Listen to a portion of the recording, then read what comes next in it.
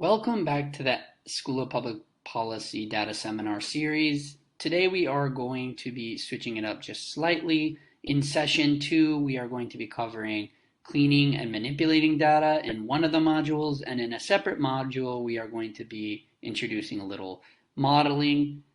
If you want to come to one or both, feel free. As before, I really highly recommend you watch the videos before you attend the sessions this Friday.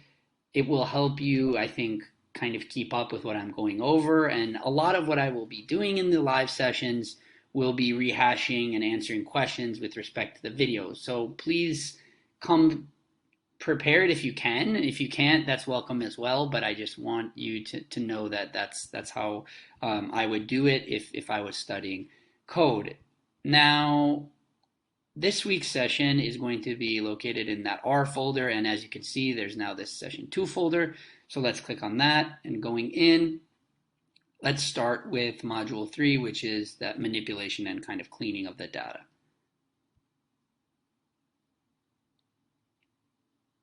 So again, this session will be composed of 3 parts. This module 3, which is manipulating data, module 4, modeling/regression, and I think that is self-explanatory, and I will put the links up here. I might have practice material, but this might not happen this time around because I don't think anybody actually did that in the first session.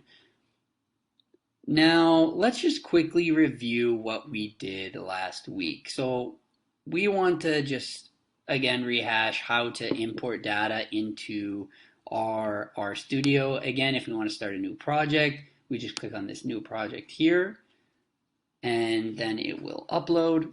And once that has uploaded, let's make our code in RStudio a little bit bigger and our notes on the left-hand side a little bit smaller. Again, when you are going through this, I think it's helpful to actually go through this and type it in with me, kind of copy and paste, and then run the code yourself just to make sure that you're understanding what I'm doing. So let's, again, take a look at RStudio very quickly and just rehash what this environment is. So the top left is where you write your code. The bottom left is where that code is printed. The top right is where your data frames and strings and other information is stored. And then the bottom right is the folders and where everything is. You can get data into this by clicking the upload button and just uploading from your computer into the cloud. But as I was describing last week, actually the really nice thing about R is that you can download files directly into your console here, your actual environment here. So rather than upload, you can just kind of read in files. So that's what we're doing here. We are taking this file on GitHub that I have actually in my Policy 610 class. It's called vote.csv. And I have gotten the raw link. As I showed you, I think last week, when you find a file on GitHub, you need to make sure that you click on the raw button and then copy the link from there. And once that link has been copied, you want to read that link, and then you want to use the read.csv function that I introduced you to last week. So if I run that, you'll see that the data has printed off in my terminal down here, but it hasn't saved anywhere. As you can see, we don't see any data frame up there. We don't see any data. So what did I forget to do? Well, I forgot to set it equal to a name that I choose. So the left side name, this can be anything. It can be, vote data. It can be DF, right? And if I do that, they will both be stored in there, and they're both the same data set, but now they just have different names. So that was what we did last week. We also explored how to see what our data frame is kind of made out of. The head function shows the first couple rows specified by the number you put here. So if I put 10 here, it would show 10 rows. We also learned how to display the column names, which is helpful, and that's just the names function. and then we pass through that middle, and here we pass through the data frame. Name, so if I put vote data, that would actually work as well. Again, this little button here sweeps away the information here to make it a little bit more readable, and if you did it up here, it would erase our data, so be careful, but you can do it up here as well to clean out your files. What else did we learn? We learned how to do summary stats. And that's just the summary function with the name of the data frame inside. And then lastly, I showed you very briefly how to select a column. As I explained here, all you have to do is type in the name of the data frame and then the column name, and you should be able to access that specific column. So let's use the names function to find out what our column names are. And once we know our column names, we can try to access one. So let's try to access the income column, and what you see is it actually printed that out. There. Well, why do we want to do that?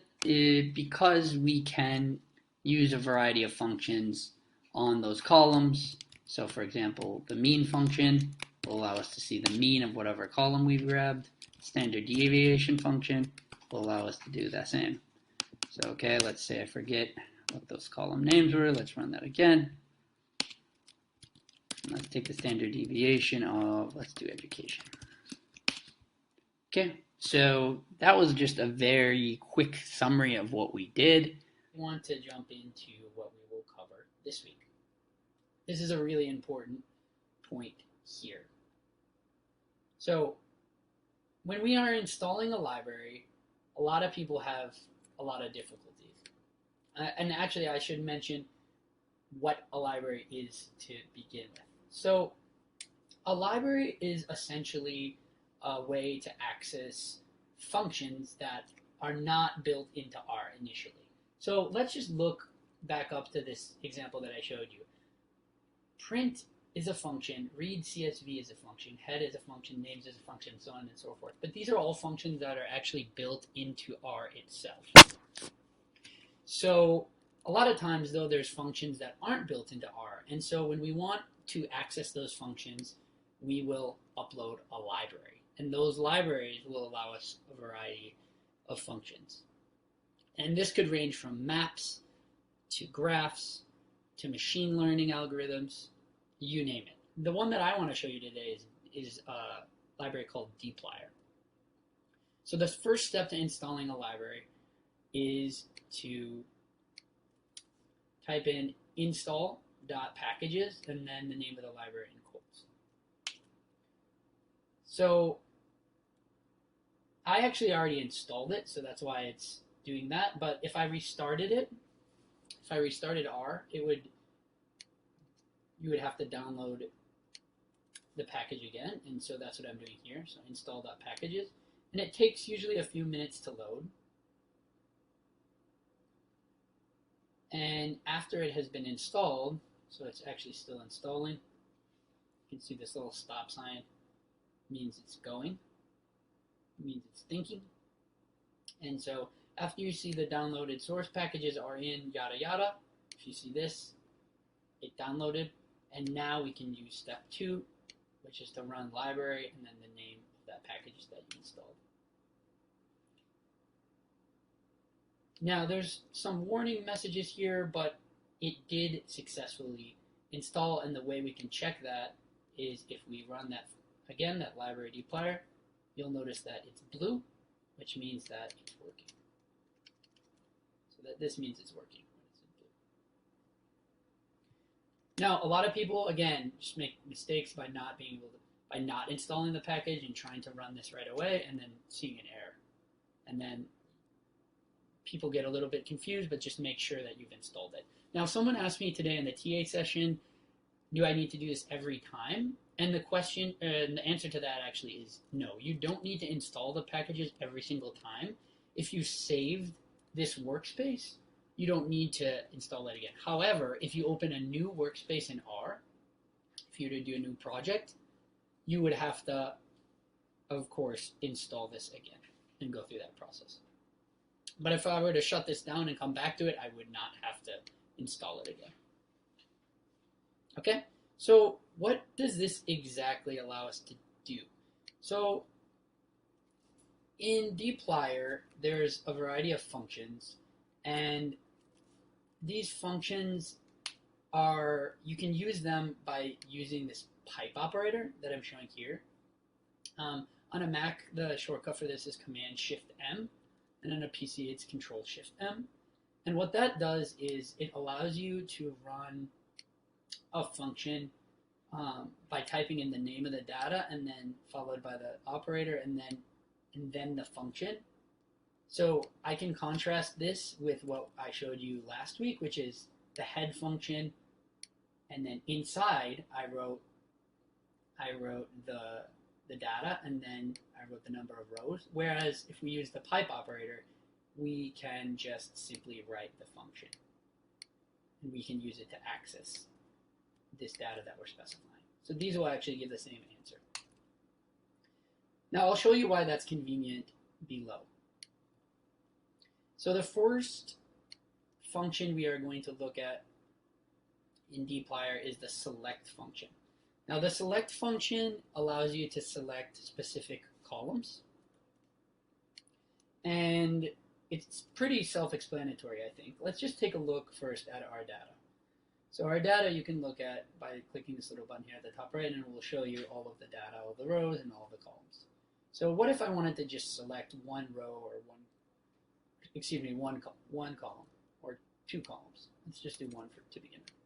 I would type in the name of the data frame followed by the pipe operator and then the select function and then vote, because that's the name of our column. And it would print off an extremely long list of that column.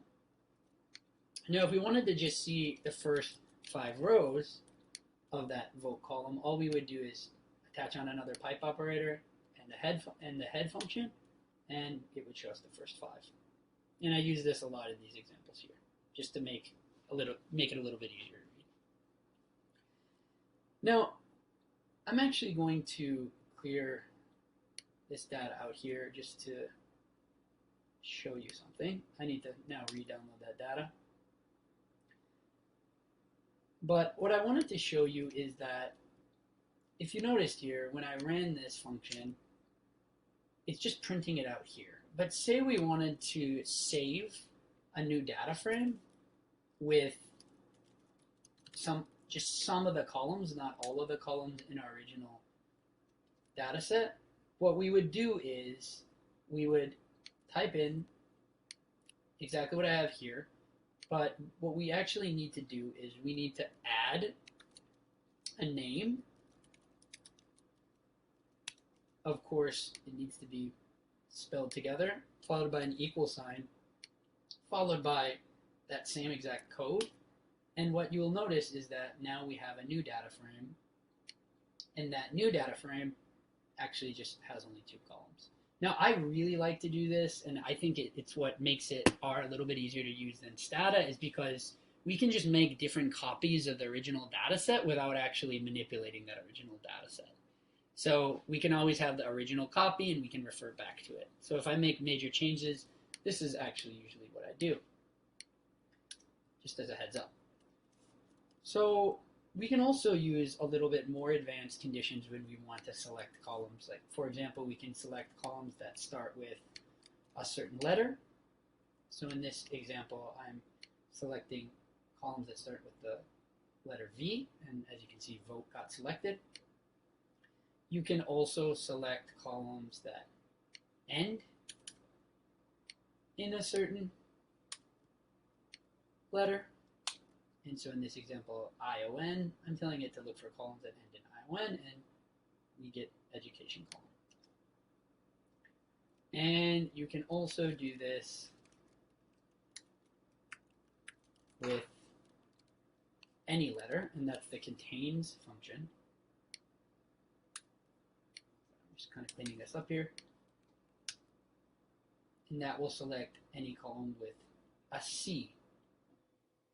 And so this will be helpful later on when I show you how to do assignment one, I think, because there's hundreds and hundreds of columns sometimes in our data, and we want to be able to shrink it down without naming every single one. So that is select. Now we will move on to filter. And filtering is actually selecting rows rather than columns, as I just showed. So when we want to filter by one condition, what we type in is the name of our data frame followed by the pipe operator and then that filter function. And so in this example, I'm filtering out all the people in our data frame that have an income level above 6. So if you run this, you'll notice that all of these observations are above 6 for income. Play around with this, please. Then you can figure out, I think, a little bit better what it does. If you wanted to use, for example, education, you can. So education over 3, you could show all the observations that have an education over 3. Now, exactly like I showed before, if you wanted to show like highly educated people, so is there people? Nope, there's no one over 4. So education over 3, we can think of that as highly educated people in our sample, and we can actually save that by typing a new name, highly educated equals that exact function. And then we can see that we have a new data frame, and it has a lot fewer observations, obviously, because we filtered out a lot of the different rows, but that will allow us to have a new data frame. We can also filter by multiple conditions by adding an and symbol. So this will filter by incomes between 6 and 9.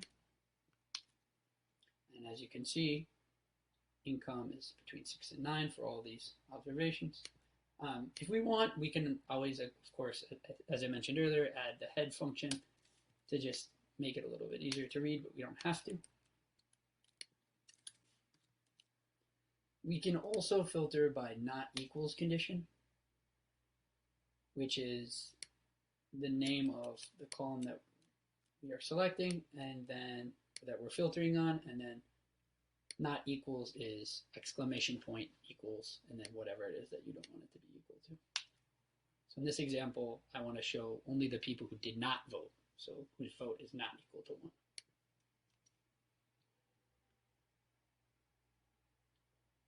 Now I'm going to move on to arrange. Arrange, I think, is pretty easy to understand. It just sorts the rows by a certain column. So in this example, I'm sorting by age.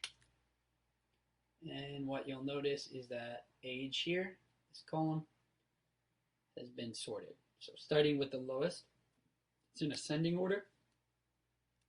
Try it for any of the other columns too, vote or education. You could arrange by anyone. So that's ascending, but you might also want to know descending, which I actually don't include in the note here. Sorry, I will change that.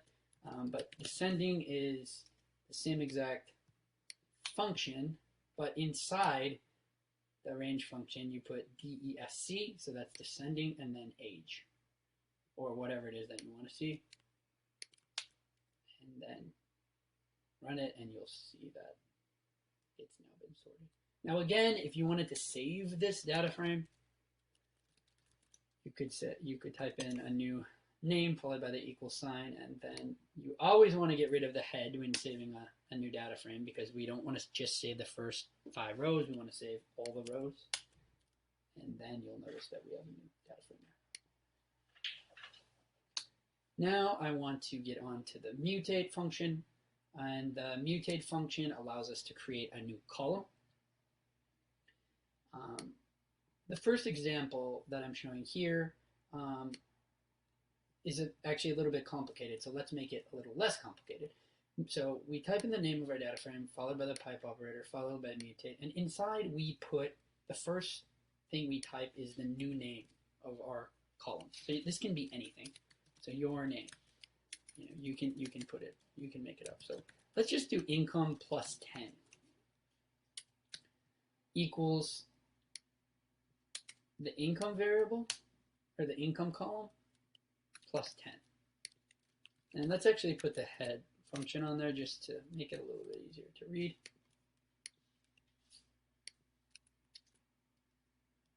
And what you'll notice down here is this new column is just this income, each observation, adding 10. Okay? If you were to not add anything, it would just be the exact same column. But you can also, as I show in this example, add a function. So this function is log, and so that will just take the log of the income variable. Now I think you might notice a theme. If we wanted to save it, what would we do? Take a moment to think about that. Well, first we'd want to get rid of the head function, and then we would type in a new name equals to, and then we would have a new data. If you wanted to, though, overwrite the data, what you would do is type in the name equal to the original name. So these two names are the same, and then run the whole thing. And what you notice is our original data frame has now been edited. But as I've mentioned many times now in this video by now, I don't prefer to do that because I like to hold on to that original data set to refer back to it. So you can also do that with, you can also, as in I show in 4.2, you can create new, more than one new column at a time by just adding an apostrophe or a comma, excuse me, and then the new name of the column. So this example just shows me creating two new columns.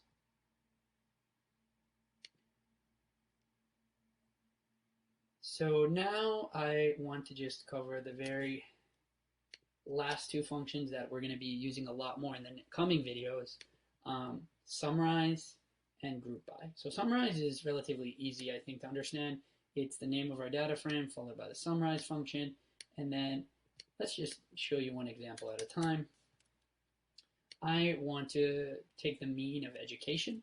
So I can just type in mean education, or whatever it is that I want to type here, equals to, I think you know this theme by now, and then you type in the mean function, and then within that education, and what you will see if you run that is just the mean of education.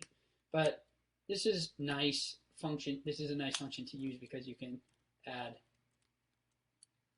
multiple summary statistics, mean, median. There's a bunch of different ones that I think we can cover in later videos, and you can run those at the same time. So you can actually get it for both age, education, whatever it is that you want to see. And the summarize function group goes really well with the group by function because it will allow you to see the summary statistics, but broken up by a certain categorical variable. And in this instance, the categorical variable, well, technically it's not categorical, but it's kind of close. It's a dummy variable of whether people voted or not. So dummy variables take the 0 or 1, 1 being like a positive instance of that, and 0 being a not positive instance. So in this example, a 0 will be people who did not vote, and a 1 will be people who have voted. And in your assignment, you're probably going to see gender being 0 or 1, where female, for example, would be 0 and male would be 1, or vice versa. And so we would group by that vote column, and then we would take the mean income, and again, this is just the name we give it, as we did in summarize up here, equals to the mean of income. And let's actually just run that again. What you'll notice is that there's a vote 0 and a vote 1 and a different income for each. So for the people who did not vote, they have an income of 10.9. The people who voted, they have an income of 12.3. You could also use education. It would be a few more categories, but you can see that for each education level, there is a different meaning. So that is all I wanted to cover today. Hopefully this was beneficial, and hopefully you understood that when we can use external libraries, we can access a lot more functions, and we just have to be careful about how we install those libraries. Anyways,